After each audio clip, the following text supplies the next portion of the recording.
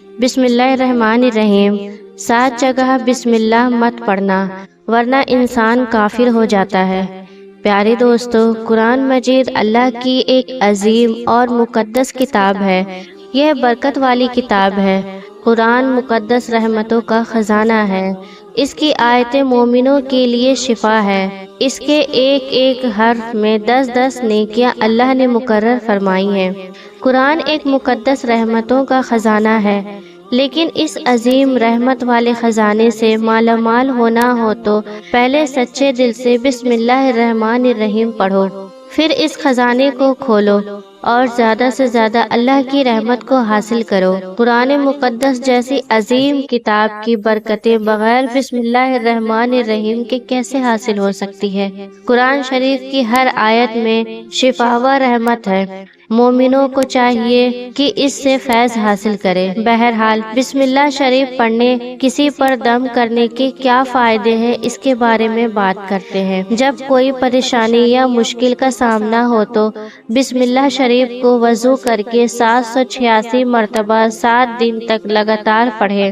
اللہ نے چاہا تو جلد ہی پریشانی دور ہو جائے گی۔ دوسرا ہے، بسم اللہ شریف کسی کاغذ پر 101 بار لکھ کر کھیت، دکان یا کارخانے میں عطر لگا کر ادب کی جگہ رکھ کر دفن کر دینے سے کھیت ہرا بھرا، پیداوار زیادہ اور دکان و کارخانے میں برکت ہوگی۔ تیسرا ہے، اگر کسی کے سر میں درد رہتا ہو اور علاج سے بھی کوئی فائدہ نہ ہوتا ہو تو کسی بھی دن سورج نکلنے سے پہلے فجر کی نماز کے بعد عرق گلاب پر بسم اللہ شریف 330 مرتبہ پڑھ کر دم کر کے 3 دن تک لگاتار ایسا کرنے سے درد جاتا رہے گا انشاءاللہ۔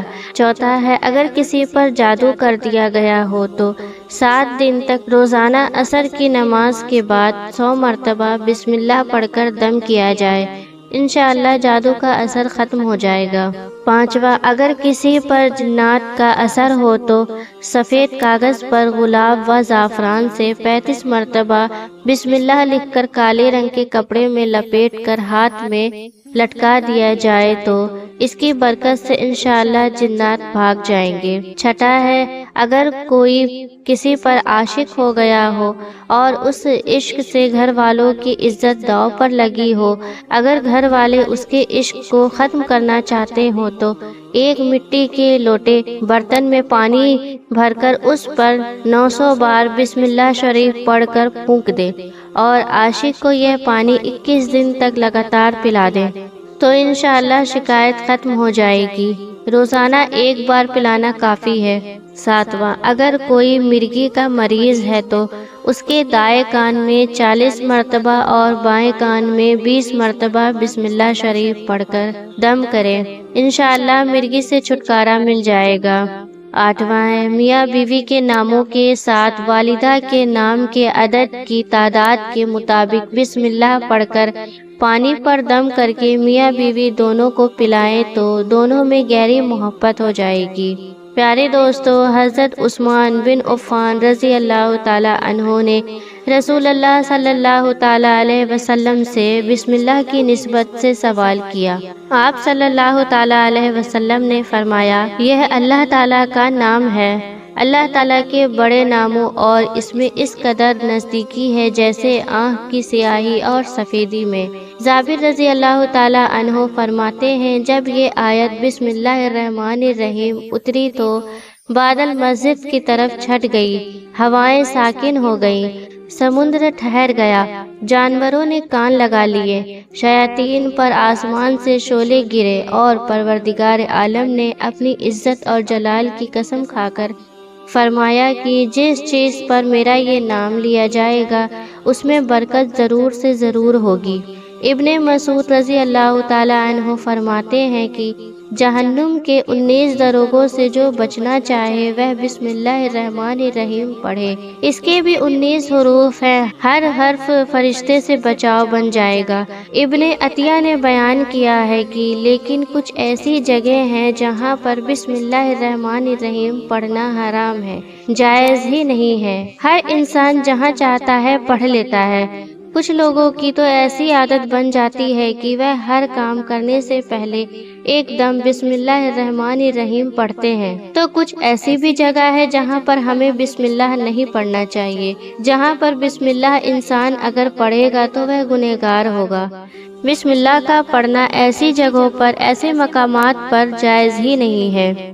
اب آپ یہ سمجھ لیجئے کہ کون سی مقامات پر بسم اللہ کا پڑھنا چاہیے اور کن مقامات پر بسم اللہ نہیں پڑھنا چاہیے۔ دوستو، آپ نے سنا ہوگا کہ ہر کام شروع کرنے سے پہلے بسم اللہ الرحمن الرحیم پڑھنا چاہیے، کیونکہ بسم اللہ الرحمن الرحیم کا معنی ہے کہ اللہ کے نام سے شروع جو بڑا مہربان نہایت رحم والا ہے۔ یعنی ہم کام کو جو شروع کر رہے ہیں وہ اللہ کے نام سے شروع کر رہے ہیں، تاکہ اللہ تعالی ہمارے اس کام میں برکت عطا فرما دے۔ اور بسم اللہ پڑھنے کے فائدے بھی بہت زیادہ ہیں کہ اگر کوئی انسان کسی کام کو بسم اللہ پڑھ کر کرتا ہے تو اللہ تبارک و تعالی اس کام میں برکت عطا فرماتا ہے، اور یہ سنت بھی ہے۔ دوستو، حضور پاک صلی اللہ تعالی علیہ وسلم نے بہت سارے مقامات پر ہمیں بسم اللہ الرحمن الرحیم پڑھنے کی تاکید فرمائی ہے، اور حضور اکرم صلی اللہ تعالی علیہ وسلم نے بسم اللہ الرحمن الرحیم پڑھنے کا حکم دیا ہے۔ اب اگر آپ کوئی بھی نیک کام شروع کر رہے ہیں، اس نیک کام کو شروع کرنے سے پہلے بسم اللہ الرحمن الرحیم اگر آپ پڑھ لیں گے تو آپ کی سنت بھی ادا ہو جائے گی، اور اس پر آپ کو ثواب بھی ملے گا، اور اس کی برکتیں بھی آپ کو ملیں گی۔ اگر آپ نے کسی نیک کام شروع کرنے سے پہلے بسم اللہ پڑھ لیا تو پھر انشاءاللہ اس میں آپ کا نقصان نہیں ہوگا۔ اللہ تبارک و تعالی خود آپ کا حامی و مددگار اور ناصر بن جائے گا، کیونکہ آپ نے اپنے کام کو اللہ کے نام سے شروع کیا ہے کہ ہمارا کام تھا کرنا، اور بندہ کیا کرتا ہے اور اس کے بس میں ہوتا کیا ہے۔ بندہ تو اسباب اختیار کرتا ہے، اور بندہ کر بھی کیا سکتا ہے۔ بندے کے ذمے صرف اسباب کا اختیار کرنا ہے کہ آپ کسی کام کو کرنے سے پہلے سبب اختیار کریں کہ ہمیں یہ کام کرنا ہے، باقی اللہ کے سپرد کر دیں۔ آپ اپنے کام کو کریں، باقی جو آپ کا کام ہے وہ اللہ تبارک و تعالیٰ کے سپرد کر دیں۔ ایک مرتبہ آپ صلی اللہ تعالیٰ علیہ وسلم کے پاس ایک صحابی آئے اور آ کر عرض کیا، یا رسول اللہ صلی اللہ تعالیٰ علیہ وسلم، میں پریشان ہوں، ہمارے اونٹ کہیں کھو گئے ہیں۔ تو اس پر آپ صلی اللہ تعالیٰ علیہ وسلم نے ان کو یہ بتایا کہ اللہ پر بھروسہ کرو، اور اللہ پر بھروسہ ہی اصل چیز ہے۔ یہ بولو کہ میں نے اللہ پر بھروسہ کر لیا، اللہ پاک کافی بہترین کارساز ہے۔ تو کچھ صحابہ اکرام کہنے لگے، یا رسول اللہ صلی اللہ تعالیٰ علیہ وسلم، ہمیں اللہ کی ذات پر بھروسہ ہے، کیا ہم اپنے اونٹوں کو ایسے ہی چھوڑ دیں؟ اگر ہماری قسمت میں ہوں گے تو ہمارے اونٹ واپس آ جائیں گے، اور مقدر میں نہیں ہوں گے تو چلے جائیں گے۔ اللہ کی ذات پر بھروسہ ہے۔ تو آپ صلی اللہ تعالیٰ علیہ وسلم نے فرمایا کہ نہیں، پہلے اپنے اونٹوں کو باندھو، پھر اللہ کی ذات پر یقین کرو، پھر اللہ کی ذات پر بھروسہ کرو۔ یعنی ہمارے ذمہ کے جو کام ہے وہ ہمارے اوپر کرنا لازم ہے۔ اسباب کا انکار کرنے والا جاہل ہوتا ہے۔ اسباب انسان انکار کر نہیں سکتا کہ نہیں، ہم تو ہاتھ پہ ہاتھ رکھ کر بیٹھ جائیں گے کہ اب تو اللہ جانے گا، کیونکہ وہ رازق ہے، وہ ہمیں کھلائے گا۔ لیکن آپ اپنی محنت کیجئے، آپ اس اسباب اختیار کیجئے، پھر اللہ کی ذات پر چھوڑ دو۔ آپ پہلے جاؤ، مزدوری کرو، آپ کام پر جاؤ، آپ کاروبار کرو، اللہ کی ذات پر چھوڑ دو کہ اے پروردگار عالم، اب ہمارا جو کام تھا ہم نے کر لیا، اب آگے تیری رضا ہے اور تیری رحمت کے ہم امیدوار ہیں۔ صرف ہمارے کمانے سے رزق تھوڑی ملتا ہے، آپ نے کمانا ہے۔ بس پھر دانے کو زمین سے نکالا کس نے؟ اس کے بعد اس کو گیہوں کی شکل میں، پھر آٹے کی شکل میں بنا، پھر وہ روٹی بنتی ہے، اور ہم سمجھ رہے ہیں کہ یہ ہماری محنت سے ہو رہا ہے۔ ہم نے روٹی بنائی، روٹی بنا کر وہ گوشت یا سالن یا سبزی ہمارے سامنے آئی، اس کے بعد ہم نے جیسے اس کو بسم اللہ الرحمن الرحیم پڑھ کر کھا لیا، تو اب ہمارے حلق پر ایک فرشتہ بیٹھا ہوا ہے، وہ فرشتہ اللہ سے اجازت مانگ رہا ہے۔ ایک نالی ہوتی ہے جو سانس کی ہوتی ہے، ایک نالی وہ ہوتی ہے جس سے رزق اندر جاتا ہے، کھانا اندر جاتا ہے۔ تو یہ دو نالیاں بالکل برابر ہوتی ہیں اور دونوں کا ایک ہی چھید ہوتا ہے، لیکن پھر وہ اندر جا کر الگ ہو جاتی ہے۔ اب آپ سوچ کر دیکھیں کہ فرشتہ یہاں پر بیٹھ کر اللہ سے پوچھتا ہے ہمارے ہر لقموں پر کہ مولا اس لقمے کو زندگی کا سبب بناؤں یا موت کا سبب بناؤں؟ اللہ تعالیٰ کی اگر مرضی ہوتی ہے تو وہ لقمہ زندگی کا سبب بن جاتا ہے، اور اگر اللہ کی مرضی نہیں ہوتی ہے تو وہ لقمہ موت بن جاتا ہے۔ یعنی اگر وہ لقمہ بجائے خوراک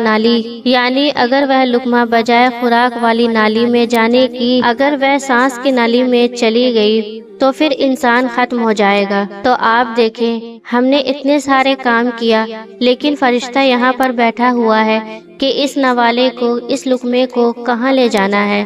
تو یہ آپ اپنے اسباب اختیار کیے، یعنی آپ کو اسباب اختیار کرنا کہتے ہیں، اور اللہ تعالیٰ پر چھوڑ دیا۔ تو نیک کام ہم شروع کر رہے ہیں۔ کھانا کھانے سے پہلے ہمیں بسم اللہ پڑھنے کی تاکید کی گئی ہے، لیکن بہت سارے لوگ ایسے ہوتے ہیں کہ کچھ حرام کام کرتے ہیں۔ جیسے مثال کے طور پر اگر کوئی انسان جوا کھیل رہا ہے تو اس میں بسم اللہ کا پڑھنا حرام ہے کہ اللہ کے نام سے شروع۔ اللہ نے کب کہا تھا کہ آپ جوا کھیلو جا کر؟ اللہ نے کب کہا تھا کہ آپ شراب پیو جا کر؟ اللہ نے کب کہا تھا کہ آپ جھوٹ بولو، فریب مکر کرو جا کر؟ اللہ نے تو کہا ہی نہیں۔ ایک شخص نے بڑی عالیشان منزل بنوائی اور شیطان نیچے بیٹھا رو رہا تھا، تو لوگوں نے پوچھا تو کیوں رو رہا ہے؟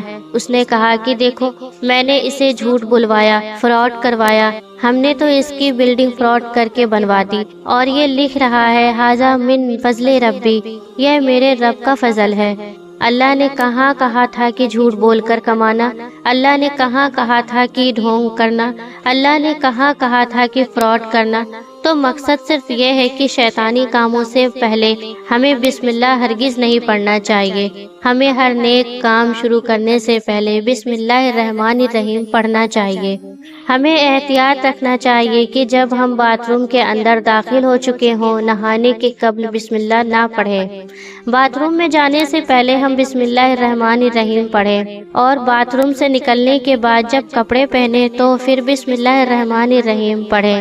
اور کوئی انسان کاروبار شروع کرے، اب اس نے جو جھوٹ بولا اور پھر اس کے بعد پیسے لینے وقت بسم اللہ الرحمن الرحیم پڑھا، تو ایسی جگہوں پر جہاں پر حرام کام کوئی بندہ کرتا ہے تو وہاں پر بسم اللہ الرحمن الرحیم نہیں پڑھنا چاہیے، کیونکہ اللہ تبارک و تعالیٰ نے آپ کو دنیا میں چھوٹ دے رکھی ہے کہ جیسا کرو گے ویسا بھرو گے۔ اللہ سب کو دیکھ رہا ہے کہ کون کیا کر رہا ہے۔ تو جو کچھ ہم کر رہے ہیں صحیح یا غلط، اس کے بعد پھر لوگ کہتے ہیں کہ یہ تو اللہ کی مرضی ہے، لیکن یاد رکھنا یہ اللہ کی مرضی نہیں، اللہ کی اجازت ہے۔ اللہ نے آپ کو اجازت دی ہوئی ہے کہ آپ کر لو، دیکھیں کتنا کرو گے۔ ایک دن آؤ گے میرے پاس، جب آؤ گے تب ہم فیصلہ کریں گے۔ مالکی یوم الدین، انصاف کے دن کا حاکم تو اللہ کی ربیت سمجھیے۔ تو ہمیں بھی چاہیے کہ کون سے کام ہمیں کب کرنا چاہیے، کب نہیں کرنا چاہیے۔